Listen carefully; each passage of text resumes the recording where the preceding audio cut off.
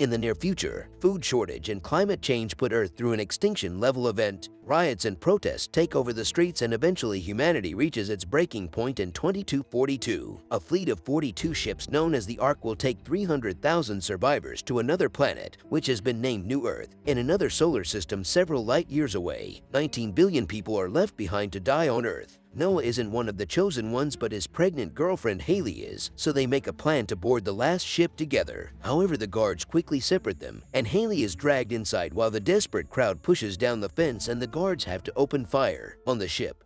Haley listens to her dad, Admiral Kiernan, give a welcoming speech, but she's soon distracted when she sees Noah running toward her. She takes the chance to introduce him to Kiernan but doesn't say he's her boyfriend, just a guy who helped her reach the ship. Apparently, Kiernan is furious about the pregnancy and would get violent with the father. Now all passengers must be put in cryosleep, except for a few guards, the mechanics, the doctors, and the janitors. Since Noah is pretending to be a janitor, he stays up and says goodbye to Hale before she's put into stasis. The crew that stays awake gets ready for the quantum jump, and Noah accidentally sits on Clay's place. Then the ship goes into hyperspeed and immediately arrives at another galaxy. Time was dilated, and the jump that took just seconds equals 30 years on Earth, meaning everyone they left behind is dead. Afterward, the crew shares a meal and they watch how the guards find a stowaway, tasing the man down before throwing him out the airlock. Commander Stanley reminds the crew that they have 182 days until they reach New Earth, and until then, he's in charge because Kiernan is also in stasis. In the evening, Noah discovers he's bunking with Clay,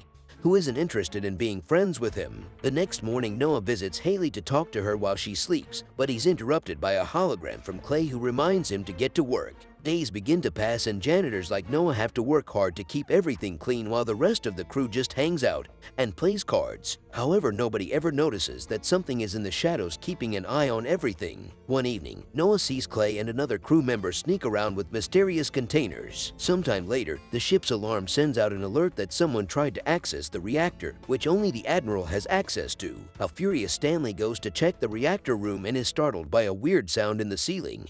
But nothing happens. Getting worried, Stanley asks Noah if he's noticed any suspicious activity, but Noah doesn't tell him about Clay. Stanley explains that many rebels think humanity shouldn't destroy another planet and will try to sabotage the mission, so he reminds Noah to report anything strange. Then Noah goes to grab more cleaning products and accidentally spills the moxicell, which is so strong that makes a hole in the table. Meanwhile, Shady is having a drink in his room and doesn't see a weird creature getting inside the bottle. As soon as he drinks it, he notices a strange taste, and moments later his stomach starts bothering him. This doesn't stop him from sharing a smoke with Blue, but their enjoyment is interrupted when Shady begins feeling unbearable pain. Shady starts to panic, so Blue grabs him to calm him down and gives him a drink to help with the pain. For a second, Shady feels better, but suddenly he explodes, covering Blue in the room with blood. At that moment, something in the blood attacks Blue. Back to Noah, he finishes working and tries to contact Clay, but he isn't answering. Noah goes looking for him and finds him making a weird mix with moxicell, only to suddenly be startled by the hologram appearing behind him. Thinking he's in trouble, Noah runs away and bumps into Teak, so he reports Clay is making a bomb. At that moment, Clay shows up and Teak reveals to be on his side, so together they capture Noah and take him away. Once Noah has been properly handcuffed, Clay's team holds him down and makes him drink something that turns out to be moonshine. All this time they've been making alcohol. They're just keeping it a secret from Stanley because drinking goes against the rules. Some time later, the crew throws a birthday party for Ortega and drinks a lot, so Stanley learns about the alcohol anyway. After the celebration, Ortega leaves the group to look for Blue, only to find him welding alone. When he turns around, he shows his face in an awful state and grabs Ortega to start smashing her head against the wall. Meanwhile, Noah tries to access the ship's computer to modify his information. Clay catches him red-handed, so Noah explains he's the dude who knocked up the Admiral's daughter. Before Clay can decide on a punishment, Stanley calls the crew over because he's found the remains of Shady's body. Since Blue is missing and Ortega disappeared after looking for him, Stanley thinks Blue did it,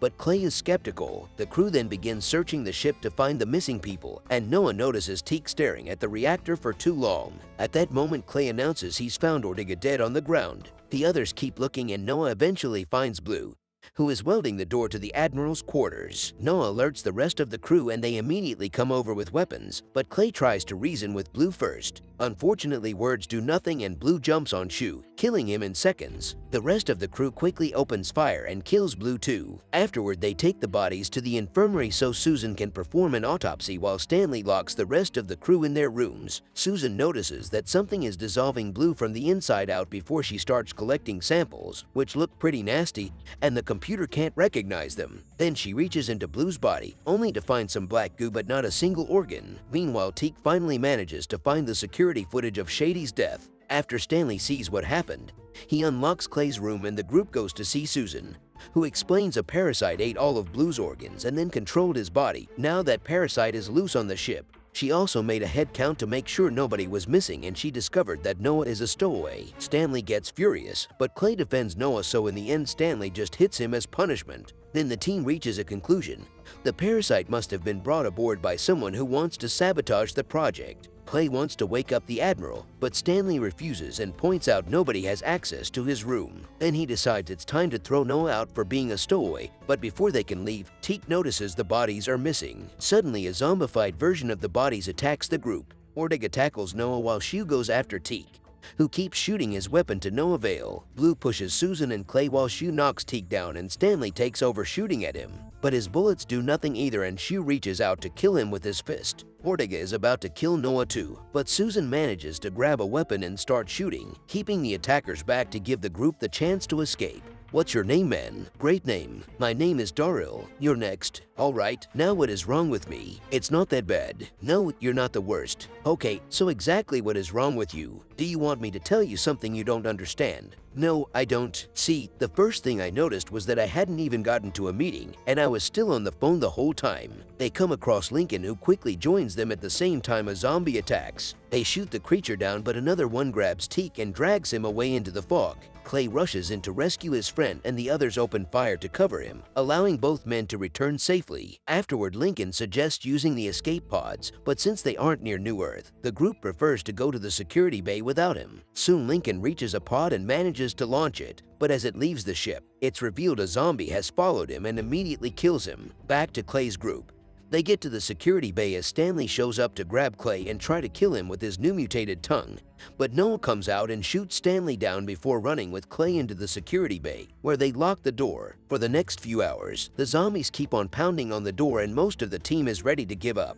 But Noah refuses to abandon Haley. At that moment, he notices the air ducts and realizes he can reach the Admiral through them, so he starts crawling inside while Clay's hologram guides him in the right direction. While Noah moves, trying to make as little noise as possible to go unnoticed, Teak makes a confession to Clay and Susan. He was the one that brought the infection aboard, thinking it would kill them all quickly. He's one of the rebels that thinks humanity doesn't deserve a second chance. A furious Clay throws him against the wall, promising something worse later. At that moment, the zombies notice Noah and try to reach through the vent grills to catch him.